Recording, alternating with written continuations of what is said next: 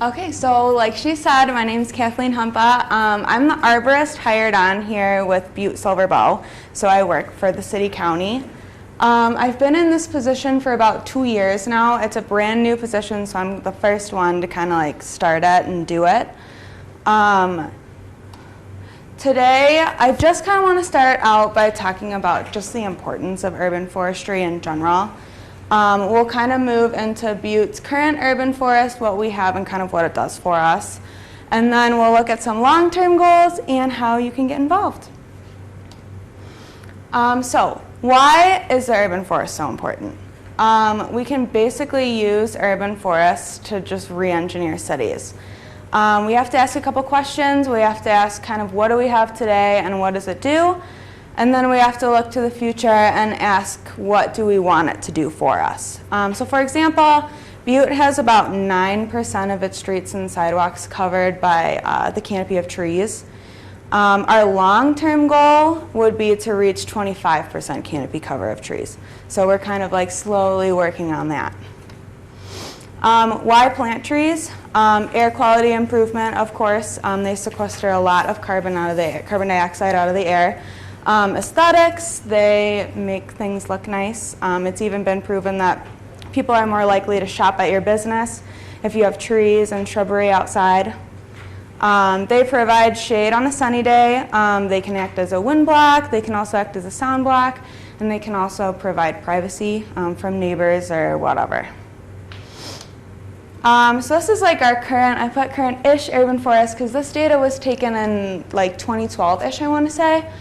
We're kind of working on updating it, but this is for now kind of like a good overview. We have about 4,400 trees. We have more now, I want to say, which I'll show you guys later.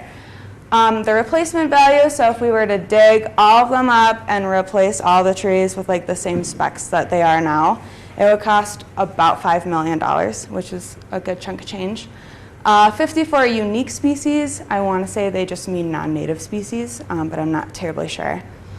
80.5% in good condition, which we like to see. You can kind of see that to the side too. Most are in good condition or fair. Let's see, 1.4 million gallons of stormwater runoff reduced annually. 272 pounds of air pollutants removed. About 230,000 kilowatt hours and 22,000 therms of energy saved annually.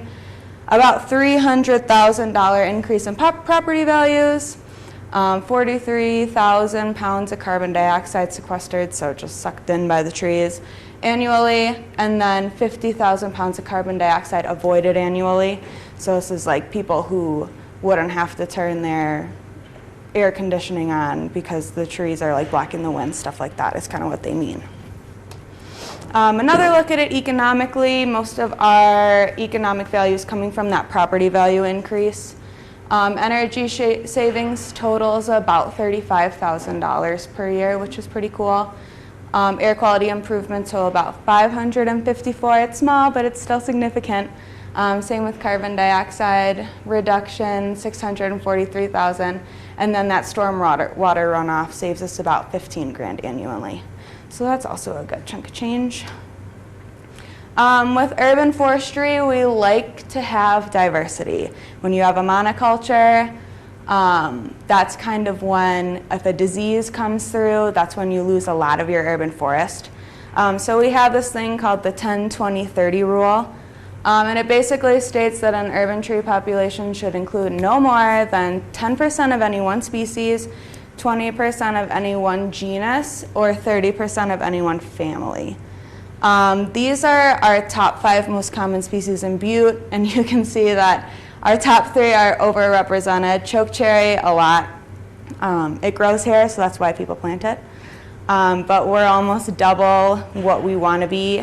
Green ash, 15%, and then the crabapple species are just above it at 11.1%. A couple of long-term goals. We want to get a good management plan in.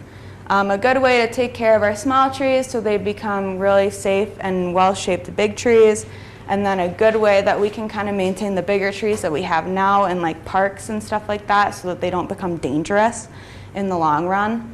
All summer, we have been working on updating our tree inventory. So I had 2 great interns go out all summer and just go tree to tree to tree with an iPad and take down data about each tree, every single tree in Butte, Silver Bow County they got.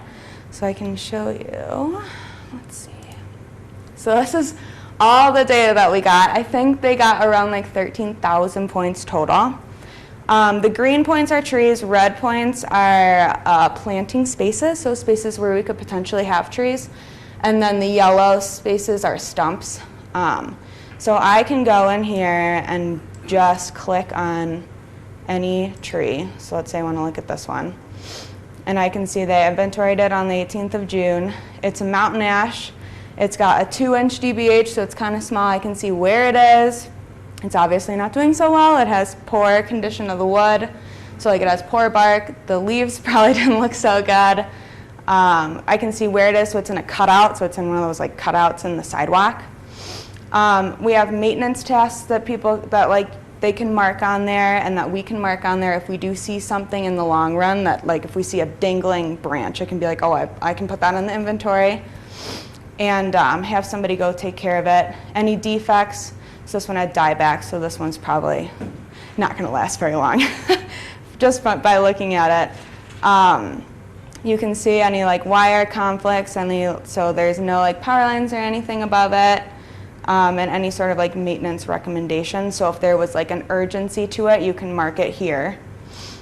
So I can do that with any tree. Same with planting spaces. I can click on any planting space and I can see, oh, it's a large planting space. So when I am planting my plantings in the future, I can maybe pick a larger tree to go in that area. The larger the better because you get more canopy cover in the long run. And again, I can see kind of where it is and plan from there. So it's pretty cool, and they did an awesome job. But eventually, we'll have our GIS department compile all this data, and we'll have something like we did in 2012 with like how many trees do we have, how many planting spaces we have, and species, stuff like that. It just takes a little bit of time. Okay, and then another goal for us would be to hit that 10, 20, 30 rule of tree diversity. It's kind of hard in Butte because it's kind of hard to grow things in Butte, but we're getting there. We're trying some new things here and there.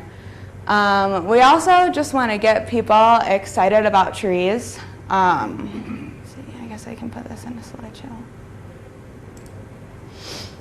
I've met a lot of people around here that are super excited about trees already, but a lot of people that kind of don't know how to take care of them or how to prune them properly.